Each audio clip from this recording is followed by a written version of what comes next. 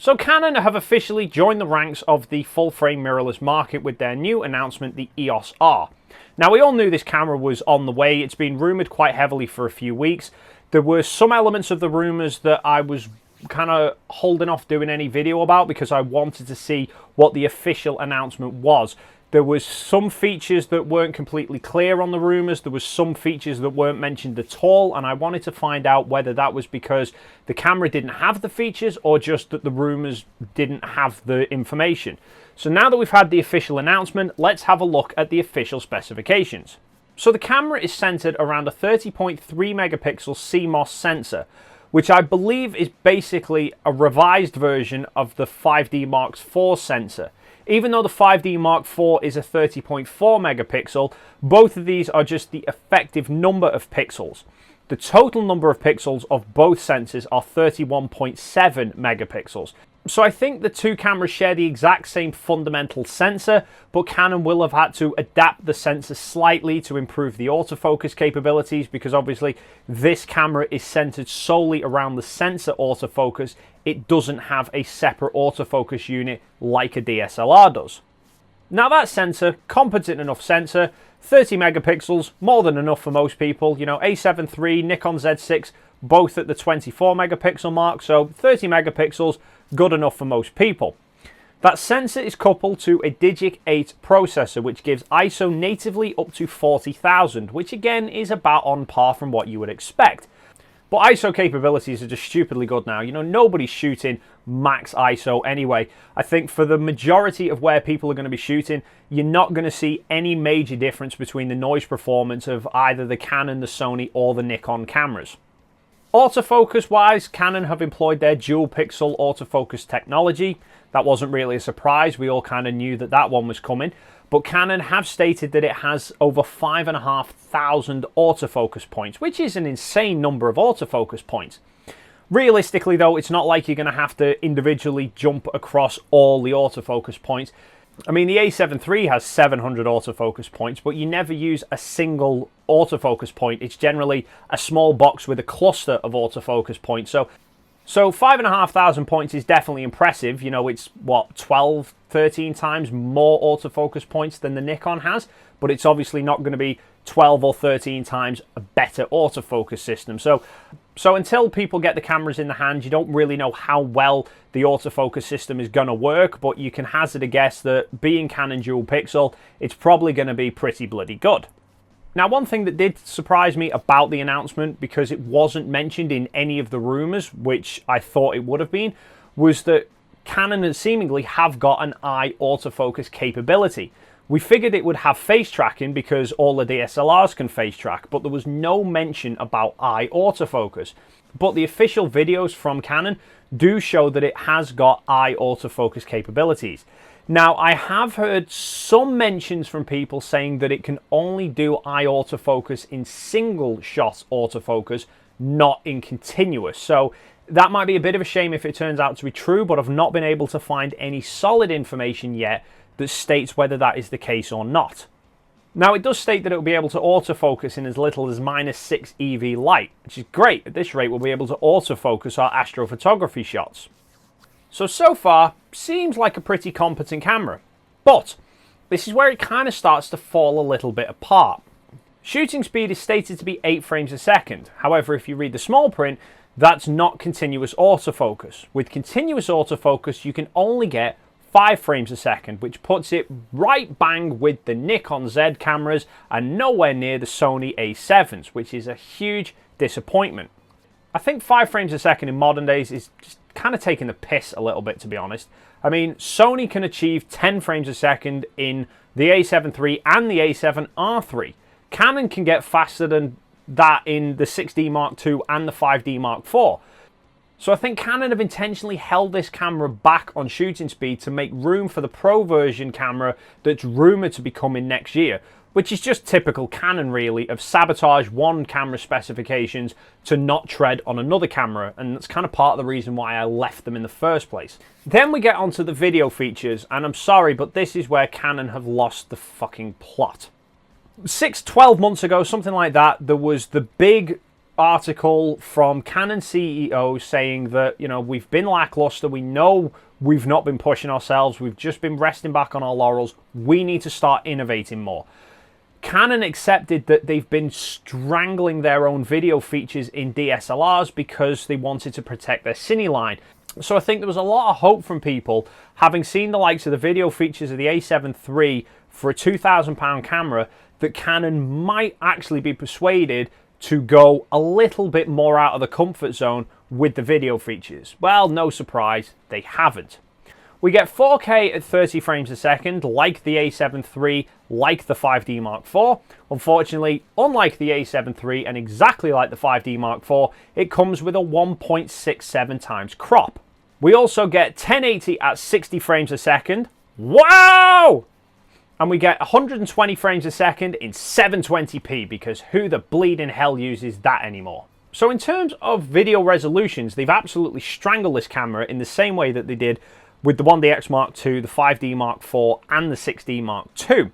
However, unlike those cameras, the EOS R has got C-Log as standard, whereas with the 5D4 and the 1DX Mark II, they were an optional extra that you had to pay for. And they have included 10-bit video recording like Nikon have done with the Z cameras. Unfortunately, like the Z cameras, you can only get 10-bit using an external recorder. So overall, in terms of performance features, this camera is kind of somewhere between a 5D Mark IV and a 6D Mark II. There's nothing that really stands out about the performance specifications, nothing that gets me remotely excited reading through them whatsoever. The thing I love about the A7 III is that it is a jack-of-all-trades camera. It can turn its hand to absolutely any scenario and be able to come up with really decent results. The EOS R just cannot do that. You know, 5 frames a second is just very lackluster for me. Cropped 4K is a huge disappointment, and only having 120 frames a second in 720 is a bloody farce as far as I'm concerned. Now, there will be a lot of people at a consumer level who don't give a crap about those sorts of things. You know, they're maybe not shooting video, in which case they don't care. They only want stills and they're not doing a lot of fast action stuff, in which case this might be the ideal camera for you. But in terms of performance specifications, this camera barely exceeds the Nikon Z6 and doesn't even come close to the A7 III. Now, in terms of the externals, there's a few plus points, there's a few interesting features that Canon have included, but there is one big disappointment for me, which is the single memory card slot. You know, I said the same thing with the Nikon Z cameras. I cannot believe in this day and age that they are still putting a single memory card slot into that camera. I'm sorry, but for me, Sony have set a new benchmark with entry-level full-frame mirrorless cameras. If a £2,000 Sony camera can have 2 SD card slots, why the hell can a £2,000 camera from any other company not also have it? Nikon's excuse was that they couldn't fit 2 XQD slots into the camera, but then XQD slots are bigger than SDs. Canon have gone with SD cards, so there's absolutely no excuse why Canon couldn't put 2 SD cards in that camera other than they didn't want to. I'm going to make the prediction now because it's bound to happen. 6 months from now, we will have an announcement from Canon of another full-frame mirrorless camera, but a Pro spec one that will have 2 SD card slots, because that's just Canon's strategy, to leave features out of lower cameras to force you to go up the ladder. I also can't believe that they've not included in-body stabilization, because pretty much every mirrorless camera has in-body stabilization already. All of the Sonys have it, both of the new Nikons have it, so why in God's name did Canon not put it into this camera? You know, no doubt they'll put that in the Pro version, but I can't believe that they've not included it in this camera. Positive features about the externals though? Firstly, the battery, because Canon have utilised the LP-E6 battery, which is the same battery that's in the 5D series, the 6D, the 7D and the 80D cameras. So I think a lot of the people who are going to be looking at buying this camera will already have an abundance of LP-E6 batteries. Even if you don't, there's a lot of LP-E6 batteries already on the market, both genuine Canons that you can pick up and also a lot of third-party options as well. Battery life is rated over 500 shots, so it's not quite as much as the Sonys, but it is better than the Nikons. Overall, I think it's going to be a fairly decent performer in terms of battery life. Next to the electronic viewfinder, they've also included a multi-function bar. which essentially is like a little touchpad that I think kind of acts like a thumb wheel without being a wheel, that you can customize to work your autofocus or change your ISO or whatever feature you want. It's an interesting feature, but I think it's going to take people a little bit of time to get used to, because no Canon DSLRs have any functions like that up at the top of the camera. Everything's either on the top plate or on the very bottom around the control wheel. But the big feature that I think a lot of people will be happy with about this camera is the inclusion of a flip-out articulating screen, because no other camera manufacturer at the minute has that on a full-frame mirrorless camera. It's a shame that Sony didn't include a flip screen in this generation of camera. There's been a lot of people criticize it for that. I can't believe, following all that criticism, that Nikon didn't include an articulating screen in their camera. But Canon have actually capitalized on that opportunity and included a flip LCD screen, which is a nice feature, but it kind of throws this whole camera into a bit of an unknown for me, because to include a flip screen like that is primarily aiming it at vloggers, YouTubers, people who are videoing themselves. It's a great feature to have, to be able to see yourself while you're recording. So they've aimed this at video shooters with a flip screen, but they've then crippled the video features with the crop 4K and the lack of decent slow-mo video. Because I think a lot of people who are going to sink £2,000 into a camera primarily for vlogging would want to vlog in 4K. And quite a lot of them like to use lenses like the 16 to 35, 16mm, really wide angle lens, great for vlogging. Shoot it in 4K on this EOS R with a 1.67 crop factor, you cannot get 16mm field of view. The closest you could get is if you buy the 11 to 24mm f4, you could get about 18mm. But that lens costs more than the camera itself, which is a lot of money to spend on a vlogging lens. Overall, I think, yeah, the camera is a competent camera, but I don't think it's a particularly brilliant camera. I think there'll be plenty of people who it suits their needs and they're quite happily use it, but I think there's quite a lot of people who are going to be put off by either the single card slot or by the slow shooting speed or by the video features or by a mix of them. I think it's all too clear that Canon are lining themselves up to release a better camera further down the line, which is Canon's trait. That's what they've been doing for the past 5-10 years. They intentionally cripple lower cameras to make room for higher end cameras, which annoys the living shit out of me. I think they're doing the same thing on this, which I personally think if they are going to do that, they would have been better to release the Pro model first and then release a lower end model further down the line. But by the by. Now also with this new camera system comes a new lens mount. There was a lot of speculation. Would they go with an EF mount? Would they go with a brand new mount? They've opted for a new mount, which I am glad to see. There were a lot of people who said that they wanted the camera to be a native EF mount. I'd always maintained that was a stupid idea, because it would basically just leave the camera the same size as the DSLR. In that case, you might as well just invent a hybrid optical electronic viewfinder and put it into a DSLR. So this new RF mount sees 4 lenses at launch.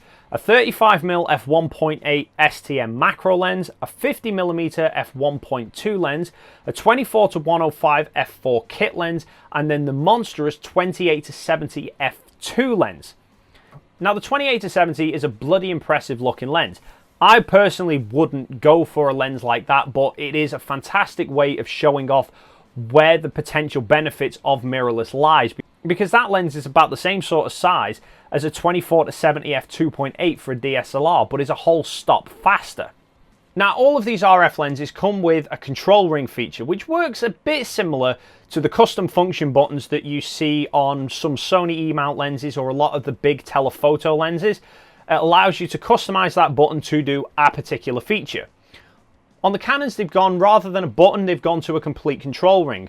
So rather than it just bring up a particular menu, you can actually change the options using the control ring. So you could set it to your aperture, and then when you turn the ring on the lens, it will change your aperture for you, which again is a nice feature to have. I just think it's going to take people a little bit of getting used to having to change functions on the lens itself. Now, it was never in doubt that along with the new mount, there would be an adapter for you to get your EF mount lenses onto the new Canon system. What was a surprise is that they've launched 3 adapters. You have one which is just a straight adapter EF to RF, which lets you mount EF lenses onto your camera. You have one that has a control ring fitted to it, so like the control ring on the RF lens lets you change settings, they move the ring to the adapter for if you are using EF lenses, which obviously don't have a control ring fitted to them. And then you have one which is a nifty little one, which I actually kind of predicted, suggested, whatever, 6 months ago in a video, which is one that includes a filter holder. Because adapters on mirrorless cameras are essentially dead space. There's nothing in there. So why not fit a filter into it rather than stick it onto the front of the lens? That way you could use ND filters on lenses that don't naturally take filters or use very, very big filters. So it's nice to see they've included it, but being Canon, they're not exactly cheap either. The standard EF to RF adapter is going to be $100. The control ring adapter is going to be $200. The drop-in filter adapter is going to be $300 if you want it with a circular polarizer, and it's going to be $400 if you want it with an ND filter. That is a hell of an expensive ND filter considering it's like this big. In terms of the pricing for everything else, the camera body is $2,299, which makes it about $200 more expensive than the Sony and the Nikon equivalents. The lenses, the 35 1.8 is going to be $499. The 24 to 105 is going to be $1,099. The 50mm f1.2 is going to be $2,299, and the monstrous 28 to 70 f2 is going to be $2,999. So a very expensive lens. What did quite tickle me about the pricing is the camera body is $2,299. The 24 to 105 kit lens is $1,099 on its own, but Canon will offer the two in a bundle for the combined price of $3,399. So $1 more than if you bought them separate. So in summary, this camera's not blown me away. You know, Canon's big promises 12 months ago of we need to innovate more haven't really surfaced. You know, I'm no doubt that Canon will probably release another body in a few months' time, a more pro version with maybe the 2 card slots, with better video features, but I'm no doubt that'll probably be about $3,500 camera. So I appreciate that this is more a consumer level camera rather than a pro camera, but I'm sorry, you know, compared to the competition, this camera does not come close in terms of performance to the A7 III, and the A7 III is 200 quid cheaper. So to answer a question that I've been getting asked a lot pretty much since the day I announced that I switched to Sony was, Dave, when Canon bring out a full frame mirrorless, are you going to switch back to Canon? The answer is no. But then the answer was always going to be no, regardless of what Canon released. Because the reason why I switched to Sony in the first place was because I wanted to change my 5D Mark IIIs. I knew in my mind what I wanted out of a camera. Canon didn't offer what I was looking for. Sony did with the A7 III, so I moved to Sony. My circumstances have not changed. What I need from a camera hasn't changed. I'm still perfectly happy with the A7 III. I think it's a phenomenal camera. So there's no reason for me to switch back to Canon other than the fact that it's got a Canon badge, which for me is not a justification for buying a camera. I'm not saying I would never switch back to Canon. You know, at some point down the line, my circumstances are going to change. The requirements for what I need from a camera will change, and the A7 III one day is not going to be sufficient for what I need. At that point, I will look to buying a new camera. Obviously, I will initially look at Sony cameras because I have a Sony system. If Sony don't offer what I am looking for from a camera but somebody else does, then I will move systems. But for now, no, I have no intention of switching away from Sony because I have no need to switch away from Sony. Even if Canon had brought out a camera that pissed all over the A7 III, I'm still perfectly happy with what I've got. I'm settled with what I've got, so I have no need to switch away from what I've got. But what about you guys? What do you make of the EOS R? Do you like the look of it, or do you think that Canon have let themselves down? Were you somebody who's wanting to switch to mirrorless and you were waiting to see what Canon's offerings were before deciding whether you go with them or somebody else? And if so, what have you decided? Are you sticking with Canon and going with the R, or are you jumping to a different manufacturer? Leave your thoughts and comments in the box down below. Thank you so much for stopping by, and hopefully I will see you in the next video.